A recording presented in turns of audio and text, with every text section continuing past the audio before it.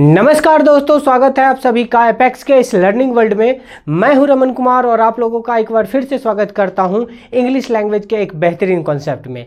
जी हां दोस्तों, आज मैं आप लोगों के बीच एक बेहतरीन कॉन्सेप्ट लेकर आया हूं जिस कॉन्सेप्ट के अंदर हम लोग जो सीखने वाले हैं वह कलेक्टिव नाउन के बारे में जानने वाले हैं। मैंने आप लोगों के लिए already common noun, proper noun और नाउन के बारे में कुछ बेहतरीन वीडियो इस चैनल पे डाल रखा है। अभी तक आप लोगों ने वो वीडियो नहीं देखा है तो ज़रूर देखें और अपने दोस्तों के साथ शेयर करें। और अभी तक आप लोगों ने इस चैनल को सब्सक्राइब नहीं किया है तो ज़रूर करें। तो चलिए दोस्तों, चलते हैं, बढ़ते हैं और सीखने की कोशिश करते हैं कि कलेक्टिव नाउन होता क्या है।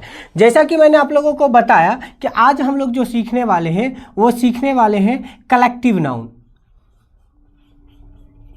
कलेक्टिव नाउन किसे कहते हैं? नाम से ही पता चलता है कि कलेक्टिव जो कलेक्शन को बताए उसे हम लोग कलेक्टिव नाउन बोलते हैं। जब कोई नाउन जो किसी कलेक्शन को बताए, जो किसी ग्रुप को बताए, उसे हम लोग क्या बोलेंगे? कलेक्टिव नाउन बोलते हैं। इसका एक छोटा सा डेफिनेशन लिख लेते हैं। डेफिनेशन मेनली आपको किसी भी एग्जामिनेशन में पूछने वाला नहीं है। आपके कंपेटिटिव एग्जामिनेशन में ज़्यादातर जो होता है वो आपका इसका यूजेज पूछा जाता है, तो हम लोग आगे चल के वो भी जानेंगे कि इसका यूजेज क्या होता है। फिलहाल हम लोग बस इतना जानने वाले हैं कि कलेक्टिव नाउन कहते किसके हैं। चाहे आप किसी भी एग्जाम की तैयारी कर रहे हैं, चाहे आप बोर्ड एग्जाम में हो, बोर्ड एग्जामिनेशन की तैयारी कर रहे हो, चाहे आप किसी कंपेटिटिव एसएससी, CHSL, CGL किसी भी एग्ज़ाम के, चाहे बैंकिंग के एग्ज़ाम की तैयारी कर रहे हो, डजेंट मैटर, आपको ये कलेक्टिव नाउन आना चाहिए और आपको ये एग्ज़ाम में फ़ायदेमंद होगा अगर आप इसको जानते हैं। तो चलिए दोस्तों, अगर डेफिनेशन की बात करें कि कलेक्टिव नाउन कहते किसको है, तो कलेक्टिव नाउन वो होता है जो किसी कलेक्शन के नेम को बताए। यानी बहुत सारे नाउन मिला करके एक ग्रुप बनाया और उस ग्रुप का एक कलेक्शन बनाया, उस कलेक्शन का एक नया नाम दे दिए। वो नया नाम ही क्या कहलाता है? कलेक्टिव नाउन कहलाता है। इसीलिए हम ये लिख सकते हैं कि अ नाउन एक ऐसा कोई नाउन है जिसका यूज किया जाता है, that is used to represent the name of collection, और द नेम ऑफ ग्रुप। जो किसी ग्रुप के नेम को बताए, जो किसी कलेक्शन के नेम को बताए, उसे हम लोग कलेक्टिव नाउन कहते हैं। एग्जाम्पल के रूप में मैं आप लोगों के बीच कुछ एग्जाम्पल्स देता हूं। जैसे कि मान लीजिए कि अगर बहुत सारे सोल्जर्स होते हैं, सैनिक होते हैं, उन सैनिकों का एक समूह बनाते हैं और उस समूह का एक नया नाम डाल देते हैं जिसका नाम है आर्मी। आप मुझे ये बताओ, क्या ये हमारा कलेक्टिव नाउन है? बिल्कुल नाउन है। अच्छा, हम पढ़ रहे हैं और आप पढ़ रहे हैं, दोनों आदमी हम लोग पढ़ रहे हैं किसी एक हॉल में जा कर के टीचर से, तो वहाँ पर ही बहुत सारे बच्चों का एक समूह होता है और उस समूह का एक नाम दिया जाता है जिसे हम लोग क्या बोलते हैं? क्लास बोलते हैं। क्या बोलते हैं? क्लास बोलते हैं। तो ये क्लास भी क्या है? कलेक्टिव नाउन है। उसी तरह से हमारे घर में कुछ लोग होते हैं, कुछ मेंबर्स होते हैं, उन मेंबरों के समूह को एक नया नाम दिया जाता है जिसे हम लोग क्या बोलते हैं? फैमिली बोलते हैं। फैमिली कौन सा नाउन हो गया? कलेक्टिव नाउन हो गया। उसी तरह से आगे बढ़ते हैं। बहुत सारे प्लेयरों का एक टीम बनता है। क्या बनता है? टीम बनता है। प्लेयर एकजुट हुए, एक ग्रुप बना, उसका एक नया नाम दे दिया गया टीम। तो टीम हमारा क्या हो गया? हमारा हो गया टीम। ये हमारा हो गया आपका कलेक्टिव नाउन। तो मुझे उम्मीद है कि आप लोगों को ये तो समझ में आ गया होगा कि कलेक्टिव नाउन कहते किसको हैं। अब ध्यान देने वाली बात क्या है कि मैंने आप लोगों को बताया कि कलेक्टिव नाउन वो होता है जो किसी ग्रुप को बताए, किसी कलेक्शन को बताए। A word which is used to represent a name of collection और name of group is called collective noun. अब बात आता है कि केवल इतने से हमारा एग्जामिनेशन में कंप्लीट सॉल्यूशन हो जाएगा? क्या मेरे एग्जाम का जो क्वेश्चन है वो कंप्लीट हो जाएगा? तो ऐसा नहीं है। इसके लिए आपको कुछ और चीज़ें जाननी होगी। उसके लिए मैं आगे बढ़ता हूँ और आप लोगों के बीच कुछ रूल्स आपके सामने रखता हूँ। अगर बात करूँ कि कलेक्टिव नाउन जो होता है वो सिंगुलर होता है या प्लूरल होता है, क्या हम कलेक्टिव नाउन को सिंगुलर फॉर्म में लिखेंगे या प्लूरल फॉर्म में लिखेंगे? तो याद रखिएगा कि we can write singular we can write singular form as well as plural, as well as plural form of a collective noun. इससे क्या समझ में आया? We can write singular form as well as plural form of a collective noun. अब आप समझ सकते हैं कि मैंने आप लोगों के बीच ये रूल मैंने आप लोगों के बीच रखा है, इसका मतलब क्या होगा।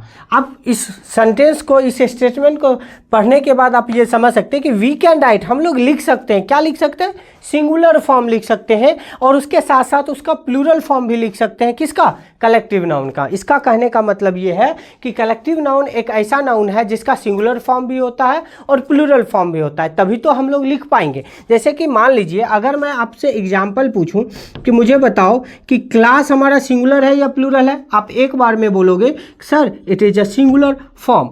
ओके, ये हमारा क्लास का है, सिंगुलर है। क्या हम इसका प्लूरल बना सकते हैं? जी बिल्कुल बना सकते हैं। हम क्लासेज बोलेंगे और ये इसका प्लूरल फॉर्म बन जाएगा। चलिए एक और एग्जांपल ले लेते हैं। अगर हम बोले टीम, अब ये जो टीम है हमारा सिंगुलर फॉर्म है, अगर हम इसका प्लूरल बनाना चाहें तो क्या हम इसका प्लूरल बना सकते हैं? तो बिल्कुल बना सकते हैं। तो मुझे उम्मीद है कि आप लोगों को ये भी समझ में आ गया होगा कि कलेक्टिव नाउन जो होता है उसका सिंगुलर फॉर्म भी बनाया जा सकता है और उसका प्लूरल फॉर्म भी बनाया जा सकता है। अब चलिए कुछ और एग्जाम्पल से हम लोग इसको सीखने की कोशिश करते हैं। तो चलिए दोस्तों आगे बढ़ते हैं और आगे कुछ चीज़ों को जानने की कोशिश करते हैं। जैसा कि मैंने आप लोगों को बताया कि कलेक्टिव नाउन का सिंगुलर फॉर्म भी होता है और प्लूरल फॉर्म भी होता है, मतलब सिंगुलर भी बना सकते हैं और उसका प्लूरल भी बना सकते हैं। ये तो फॉर्म ऑफ नाउन हो गया कि नाउन सिंगुलर फॉर्म में होंगे कि प्लूरल फॉर्म में होंगे। लेकिन जैसे ही हम लोग आगे बढ़ते हैं और बात करते हैं कि कलेक्टिव नाउन का मीनिंग क्या होगा, सिंगुलर होगा या प्लूरल, तो बहुत लोगों का कहना होता है कि सिंगुलर होंगे, बहुत लोगों का कहना होता है कि प्लूरल होंगे। अब जिनका सिंगुलर मानना होता है बोलते हैं एक है तो इसलिए सिंगुलर है, जिनका प्लूरल मानना होता है तो वो बोलते हैं कि चूंकि ये समूह का नाम है तो समूह तो प्लूरल होता है इसलिए ये प्लूरल है। अब हम लोग सीखते हैं कि ये सिंगुलर होता है कि प्लूरल। जैसा कि आप लोग जान रहे हैं कि कलेक्टिव ये जो नाउन होता है, कलेक्टिव नाउन, ये समूह के नाम को बोला जाता है। मतलब एक ग्रुप बनाया गया और ग्रुप का नया नाम दे दिया गया तो वो कलेक्टिव नाउन होता है। जैसे कि हम लोग एक क्लास में बैठते हैं तो क्लास में बहुत सारे स्टूडेंट्स होते हैं, स्टूडेंट हमारा कॉमन नाउन है, और ये कॉमन नाउन जो होता है उसके समूह का एक नया नाम दे दिए, वो क्या बन गया? Collective noun. जैसे कि मान लीजिए ये कलेक्टिव नाउन है, इसमें क्या हो सकता है? जैसे कि एक कलेक्टिव नाउन का नाम हम डालते हैं क्लास। अब ये क्लास बना क्या? Collective noun. कलेक्टिव नाउन हमारा क्लास होता है, लेकिन ये क्लास होता कैसा है? सर क्लास के अंदर बहुत सारे स्टूडेंट होते हैं। क्या होते हैं? स्टूडेंट होते हैं, स्टूडेंट्स होते हैं। अब ये जो स्टूडेंट्स होते हैं ये अपने आप में क्या है? Common noun. सबको पता है कि ये हमारा क्या होगा? कॉमन नाउन होंगे। अब ये जो कॉमन नाउन है इनका एक समूह बनाया गया, एक ग्रुप बनाया गया। क्या बनाया गया? एक ग्रुप बनाया गया और इस ग्रुप का एक नया नाम दे दिया गया, और वो नाम क्या दे दिया गया? क्लास दे दिया। अब ये जो क्लास है ये ग्रुप का नया नाम है और इसी नाम को हम लोग क्या बोलते हैं? कलेक्टिव नाउन बोलते हैं। तो मुझे उम्मीद है कि आपको ये समझ में आ गया होगा कि कलेक्टिव नाउन बनता कैसे है, किस तरह से हम कलेक्टिव नाउन को बनाते हैं। कि जब हम कॉमन नाउन के समूह को इकट्ठा करते हैं और उसका एक नया नाम दे देते हैं तो वो नया नाम दिखने में एक लगता है लेकिन उसके अंदर बहुत सारे कॉमन नाउन्स होते हैं और इसी चीज़ को हम लोग क्या बोलते हैं? कलेक्टिव नाउन होते हैं। अब हम लोग आगे बढ़ते हैं और अब इसके मीनिंग पर जाते हैं कि कलेक्टिव नाउन का मीनिंग कैसे हम डिसाइड करेंगे। चलिए दोस्तों अब मीनिंग को समझते हैं। मीनिंग की बात करें तो कलेक्टिव नाउन के दो मीनिंग हो सकते हैं। अब ये मीनिंग कैसे निकालते हैं हम लोग? पहला, जब कलेक्टिव नाउन यूनाइटेड सेंस देता हो। कैसा देता हो? United sense. और कभी कभी क्या होता है कि ये जो कलेक्टिव नाउन होता है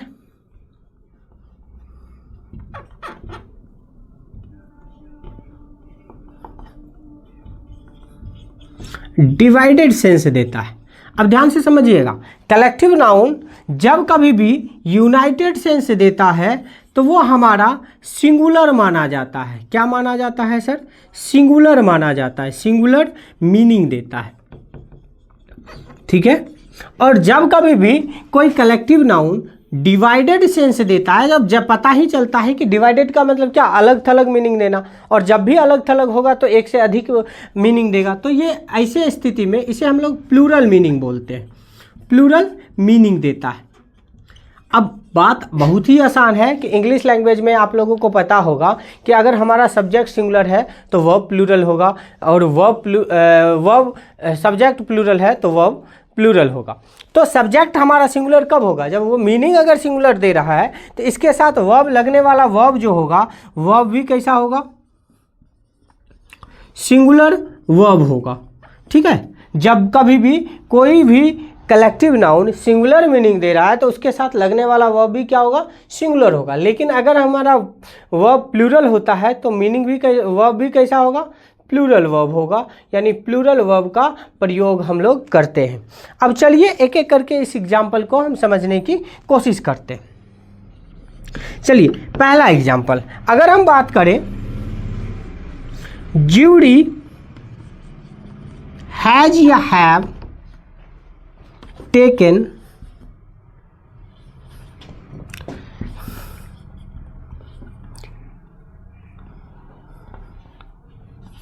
देयर या इट्स फाइनल डिसीजन। अब मुझे बताइए कि इस सेंटेंस में हैज लगेगा कि हैव लगेगा, देयर लगेगा कि इट्स लगेगा। अब इस सेंटेंस के मीनिंग को हम समझते हैं तो हमारा समझ में आएगा कि इसके साथ हैज लगेगा कि हैव लगेगा, और इसका देयर लगेगा कि इट्स लगेगा। सबसे पहले इस सेंटेंस का मीनिंग क्या कहता है कि ज्यूरी जो है, ज्यूरी भी हमारा कलेक्टिव नाउन होता है, जजों के समूह को ज्यूरी बोला जाता है। तो ज्यूरी जो है उन्होंने अपना एक फाइनल डिसीजन लिया है। अब जब कभी भी कोई ज्यूरी बैठेंगे, ज्यूरी मतलब 2-4 जज एक साथ बैठते हैं। अब जो 2-4 एक साथ जज बैठते हैं, किसी केस पर बहस होता है, बहस होने के बाद 4-5 जजों को मिला करके आपसी सहमति बना करके एक फाइनल डिसीजन आता है। मतलब डिसीजन कितने आते हैं? एक ही आते हैं। तो इससे आपको पता चलेगा कि सर ये जो ज्यूरी है, डिसीजन एक ही आ सकता है, इसीलिए इसे सिंगुलर माना गया, और इसके साथ हम हैज लगाएंगे, हैव नाम का वर्ब नहीं लगाएंगे। उसी तरह से अगर हमारा सब्जेक्ट सिंगुलर है, वर्ब सिंगुलर है, तो इसके लगने वाले प्रोनाउन होंगे वो भी क्या होंगे? सिंगुलर होंगे। उसके साथ लगने वाले डिटरमिनर क्या होंगे? सिंगुलर होंगे। इसीलिए यहाँ इट्स लगेगा, देयर नहीं लगेगा। तो मुझे उम्मीद है कि आप लोगों को ये समझ में आ गया होगा कि कब सेंटेंस में अगर जो कलेक्टिव नाउन है वो सिंगुलर मीनिंग दे रहा है तो वर्ब सिंगुलर लेगा, अगर ज्यूरी जो है, ये कलेक्टिव नाउन जो है वो प्लूरल मीनिंग देगा तो प्लूरल वर्ब लगेगा। जैसे कि मान लीजिए हम एक और एग्जांपल देते हैं, द क्राउड इज या आर wearing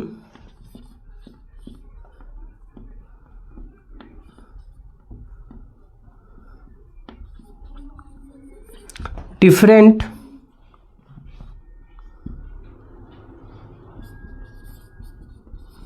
types of